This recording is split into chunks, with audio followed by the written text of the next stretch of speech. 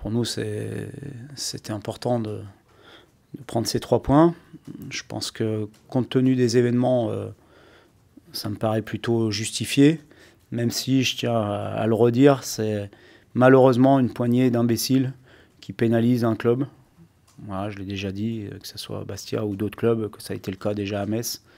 Et je pense que le problème n'est pas Bastia, Metz ou Saint-Étienne ou Lyon. Le problème est beaucoup plus global et qu'il faut absolument s'attacher à trouver les solutions pour éviter que ça se reproduise dans le football, parce que c'est pas ce qu'on aime, c'est pas pour ça qu'on fait ce métier de joueur, d'entraîneur ou de dirigeant. Voilà. Oui, oui, bien sûr, bien sûr. Surtout que bon, les joueurs de Bastia, et notamment le cas, ont été plutôt exemplaires sur la suite.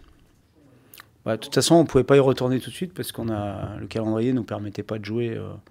Voilà, la seule place, c'était entre la 37e et la 38e. Donc, non, j'ai pas de sentiment ni d'être content.